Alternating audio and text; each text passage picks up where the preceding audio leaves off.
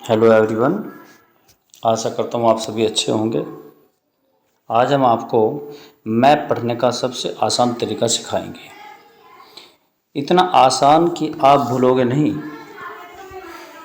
Map को इस प्रकार से पढ़ा जाए ताकि दिमाग में उसकी परमानेंट मेमोरी बन जाए, वो लॉस ना हो। और आपको पता है कि जब हम किसी पिक्चर को देखते हैं तो उसकी स्टोरी हमें बड़ी फास्टली, बड़ी तेज़ी से याद होती है और वो याद रहती भी है काफ़ी लंबे समय तक, क्योंकि पिक्चर वाली जो इमेजेस होती हैं वो हमारे दिमाग में काफ़ी टाइम तक स्टोर होती है। टेक्स्ट से अच्छा पिक्चर्स हमें ज़्यादा अच्छा सिखाती हैं। तो इसलिए आपको पिक्चर के द्वारा मैप को हम देख करके बताते हैं कि हम कैसे पढ़ेंगे और उसे हम हमेशा हमेशा के लिए याद रख सकते हैं। तो देखिए, मैप पढ़ने का बड़ा आसान तरीका, हम इसको कैसे आसानी से याद रख सकते हैं। जैसे कि हमने यहाँ पर लिया हरियाणा का मैप, ठीक है। इस मैप को पढ़ने के लिए सबसे पहले हमें ये ज्ञान होना चाहिए कि दिशाएं कौन किधर है। ऊपर की तरफ नॉर्थ डायरेक्शन है, नीचे साउथ डायरेक्शन है, इधर ईस्ट है और यहाँ पर वेस्ट है। ओके, 4 डायरेक्शन हैं, उत्तर, दक्षिण, पूर्व, पश्चिम, 4 दिशाएं हो गई। इन 4 दिशाओं को अब हम नॉर्थ से साउथ एक रेखा खींच देते हैं, जिससे मैप को 2 हिस्सों में बांट दिया हमने, और एक पूर्व से पश्चिम की तरफ। और इस तरह से पूरा जो हरियाणा का मैप है वो 4 हिस्सों में बट जाता है। ये जो पोर्शन है ये कहलाएगा नॉर्थ ईस्ट, क्योंकि नॉर्थ और ईस्ट के बीच का है। ये पोर्शन नॉर्थ वेस्ट, क्योंकि ये नॉर्थ और वेस्ट के बीच का है। और ये पोर्शन आपका कहलाएगा वेस्ट साउथ या साउथ वेस्ट, क्योंकि इन दोनों के बीच का। और ये साउथ ईस्ट या ईस्ट साउथ, आप जो भी सूटेबल समझो याद रख सकते हो। ओके, इस तरह से दिशाओं को हमने कितने हिस्सों में बांट लिया है? 8 हिस्सों में। North, south, east, west, north east, north west, west south और साउथ ईस्ट।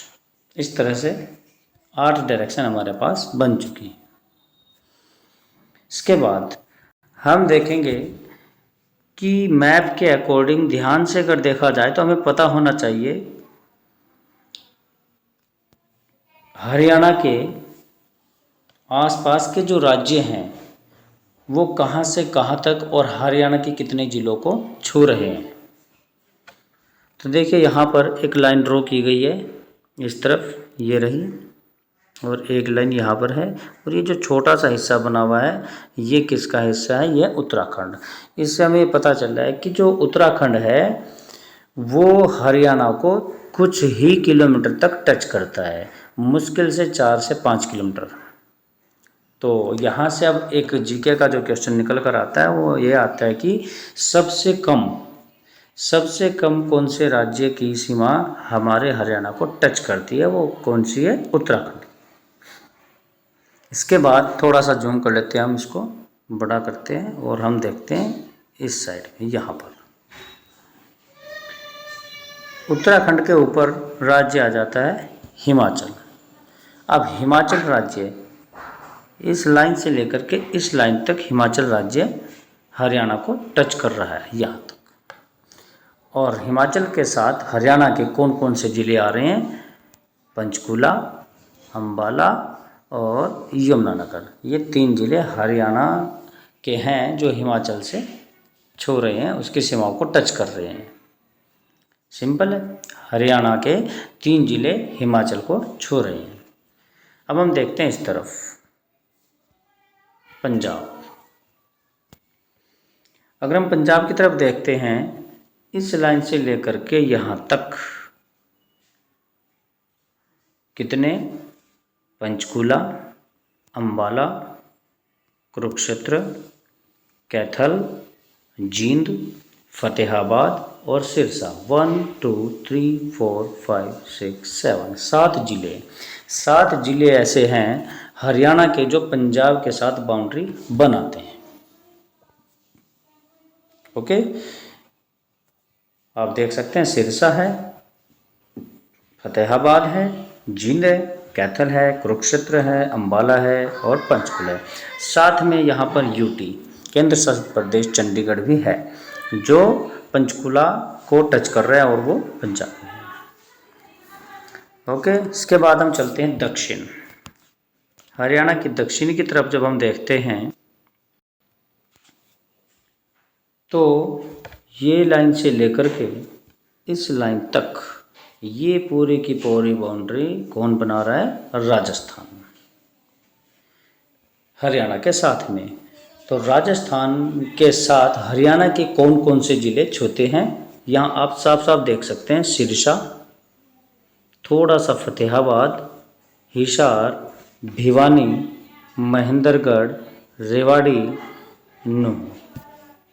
अगर आप काउंट करें तो 1 2 3 4 5 6 7।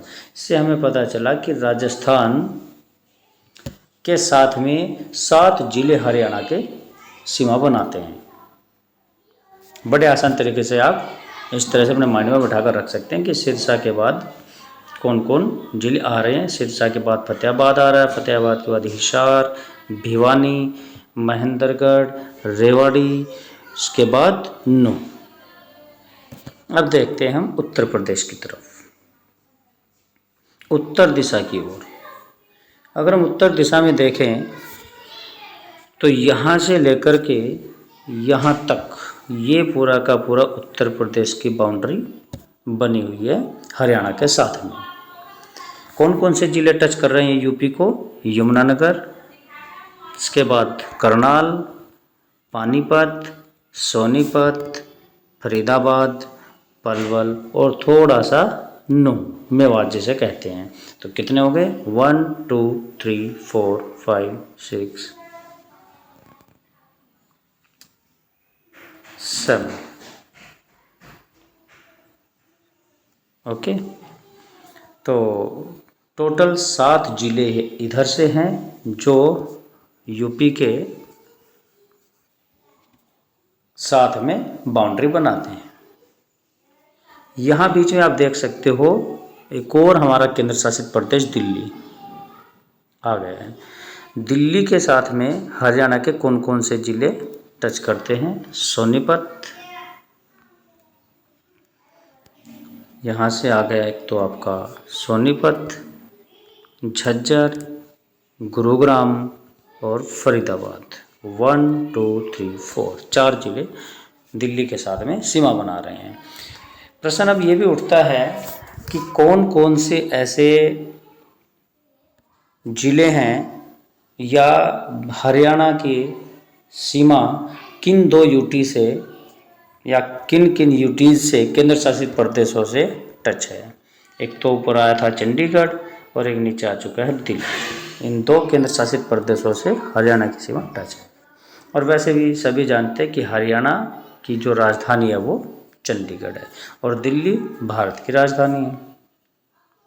ओके, यहाँ से कुछ और भी प्रश्न हम अपने माइंड में निकाल सकते हैं, क्वेश्चंस के आंसर जो मन में प्रश्न उठते हैं। जैसे कि प्रश्न पूछा जाता है हरियाणा जीके में कि ऐसा कौन सा जिला है हरियाणा का जो किसी अन्य राज्यों से नहीं छूता।